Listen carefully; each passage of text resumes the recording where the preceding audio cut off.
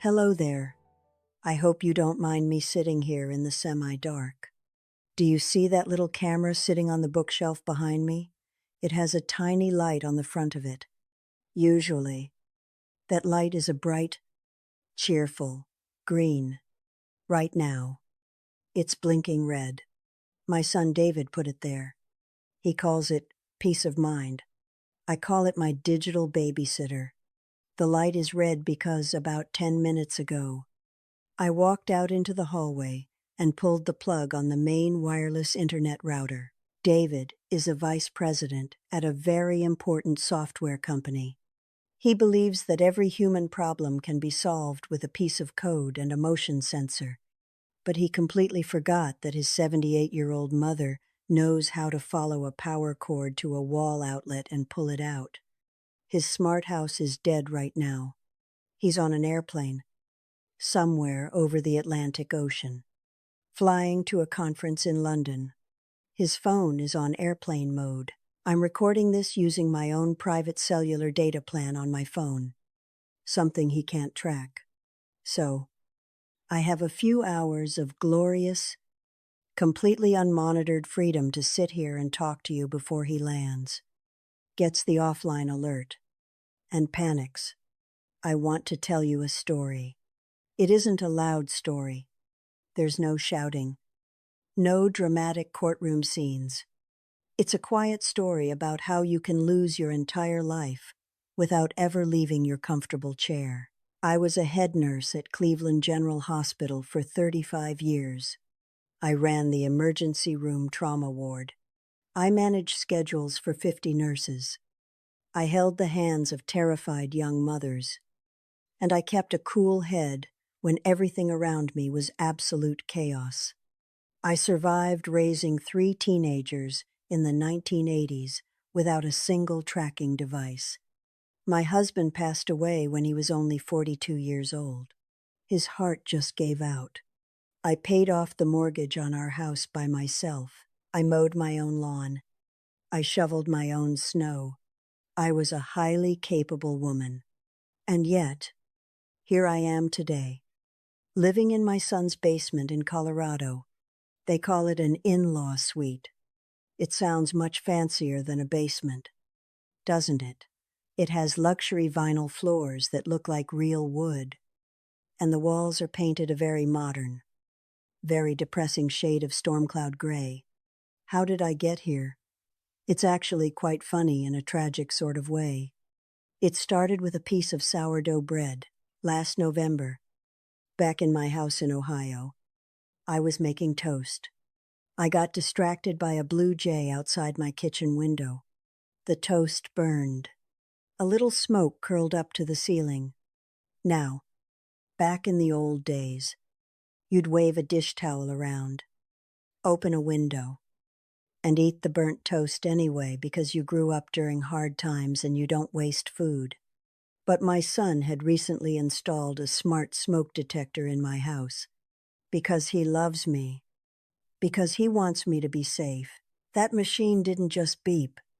It sent an emergency alert directly to David's telephone 2,000 miles away. He called me in a complete panic. I told him I was fine. I was just scraping the black parts off my breakfast.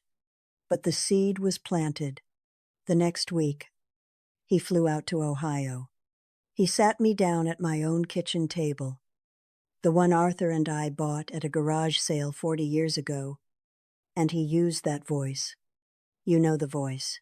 It's the gentle, slow voice that adults use when they're talking to a toddler or a golden retriever. He told me that living alone in that big ranch house was becoming too dangerous. He said the stairs were a risk. He said the winters were too harsh. He said, "Mom, come live with us in Colorado. We built a beautiful space just for you downstairs. You won't have to worry about a thing. We'll take care of everything." It sounded so nice. I was tired. To be honest, my knees ache when it rains. And the thought of never having to clean those gutters again was tempting. So, I agreed. I packed up my life, I sold the house where I had lived for 4 decades. I handed the check, which was for $400,000, over to David to put into a joint trust for my care and expenses. That was my first mistake, giving up my leverage. When I moved in here, I thought I was joining a family. I thought I'd smell dinner cooking upstairs, that I'd hear my grandchildren running around, that we'd sit on the porch and drink iced tea. But modern families don't live like that. They exist in the same house, but they live on their screens. My grandchildren are teenagers now. They're always at soccer practice or in their rooms wearing those large headphones. David and his wife work 60 hours a week. And me? I became a data point. This house is completely automated. It's a technological marvel, and it's a nightmare. Every single time I get out of bed to use the bathroom in the middle of the night, a motion sensor in the hallway detects it. It logs the time. It turns on a soft path light so I don't trip. It sounds wonderful, doesn't it? But do you know what it feels like to know that your adult son gets a daily report of how many times his mother went to the toilet? It strips away your dignity, one sensor at a time. At 8 o'clock in the morning, a plastic cylinder on my bedside table lights up and speaks to me in a cheerful, robotic woman's voice. It tells me it's time to take my vitamins and my blood pressure medication. If I don't press the button on top of it within 15 minutes, it sends a text message to my daughter-in-law. I used to manage the medication schedules for an entire hospital wing, and now I'm taking orders from a plastic tube. I can't even adjust the temperature in my own room. The thermostat on the wall is locked. It's controlled by the central application on David's phone. He has it set to a highly efficient 68 degrees. My old bones are freezing. I sleep with 2 heavy wool sweaters on. One afternoon, I called him at his office and asked if he could please bump the heat up to 72. He told me to put on a pair of socks because the current setting is optimal for the solar panels. Optimal for the solar panels.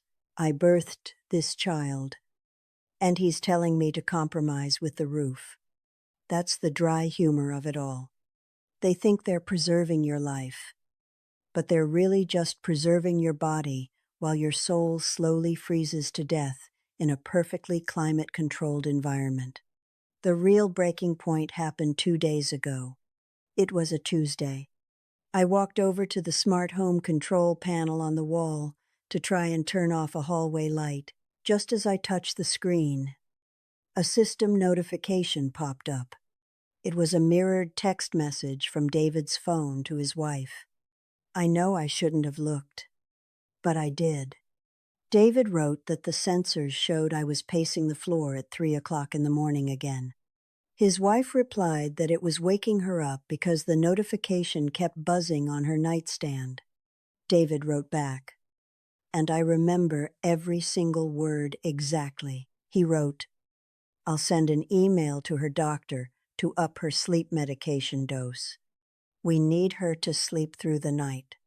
By the way, the contractor just cleared the funds from the sale of her Ohio house. We break ground on the new swimming pool next week." I stood there in the silent, gray hallway, staring at those words. I wasn't angry. I was heartbroken. I realized in that moment that David isn't a bad person. He's just a busy American professional who wants his life to be completely frictionless. He doesn't want to care for me. Caring for an aging parent is messy. It's inconvenient. It requires patience and listening and sitting in the quiet together. He doesn't want to care for me. He wants to manage me, like I'm an inventory problem at his software company.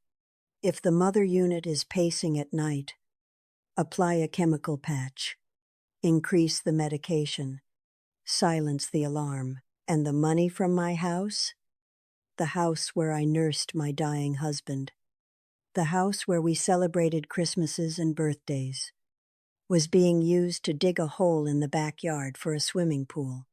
A pool that I'm not even allowed to walk near by myself because the safety perimeter sensors will trigger an alarm.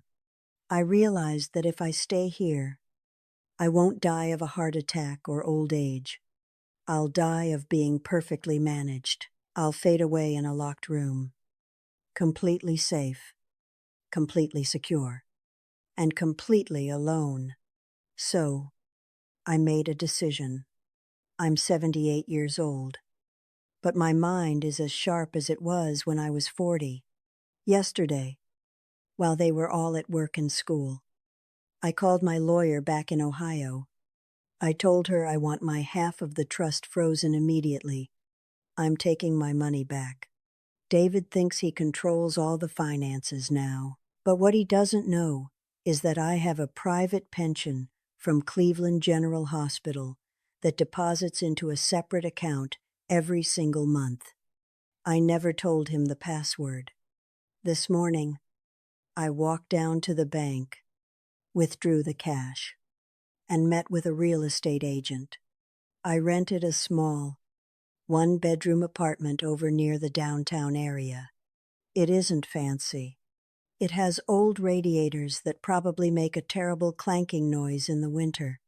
The floors are a little crooked, but the thermostat has a physical dial that I can turn with my own two hands. The windows open all the way so I can let the breeze in. And most importantly, there are no cameras. If I want to wake up at 3 o'clock in the morning and pace the floor, I will pace the floor until the sun comes up, and nobody will receive a notification about it. I'm packing my suitcases right now, and because I pulled the wireless router, the smart locks on the front door are completely dead. They default to a manual key turn from the inside. I can just walk right out. When David lands in London, he's going to have a lot of voicemails. He'll be furious. He'll say I'm being ungrateful. He'll say I'm endangering myself. But you know what? Being alive is dangerous. Breathing is dangerous. Loving people is dangerous. I would rather fall down in my own kitchen and lie on the linoleum for a few hours than live one more day as a managed liability in a luxury basement. I'm telling you this story because I know there are so many of you watching this right now who are in your 60s or 70s. Your children are looking at you. They love you, but they're tired, and they're busy, and they're terrified of anything bad happening to you on their watch. They're going to start having those gentle, quiet conversations with you. They're going to bring colorful brochures for assisted living facilities, or they're going to offer to build you a beautiful little suite in their house, just to keep you safe. Please, listen to me very carefully. Don't do it. Don't sell your house. Your house isn't just a building. It's your independence. It's your leverage in a world that stops respecting you the moment your hair turns gray. Keep your name on your bank accounts. Keep the keys to your front door. The moment you hand over your assets to make things easier for your children, you stop being the parent. You become a project. And modern society deals with projects by putting them in secure boxes and monitoring them from a distance. Hold on to your difficult, messy, unmonitored life for as long as you possibly can. Burn your toast. Let the smoke alarm ring. Keep your thermostat at whatever temperature you please. You earned the right to make your own mistakes. I have to go now. I need to finish packing my sweaters before my taxicab gets here. I'm going to walk out that front door and go sign my new lease. Thank you for listening to an old nurse ramble in the dark. Be brave out there. And whatever you do, protect your freedom. If my story resonated with you today, please share this video with someone who needs to hear it. Leave a comment down below about your own journey. And subscribe to the channel for more honest talk about living life on our own terms.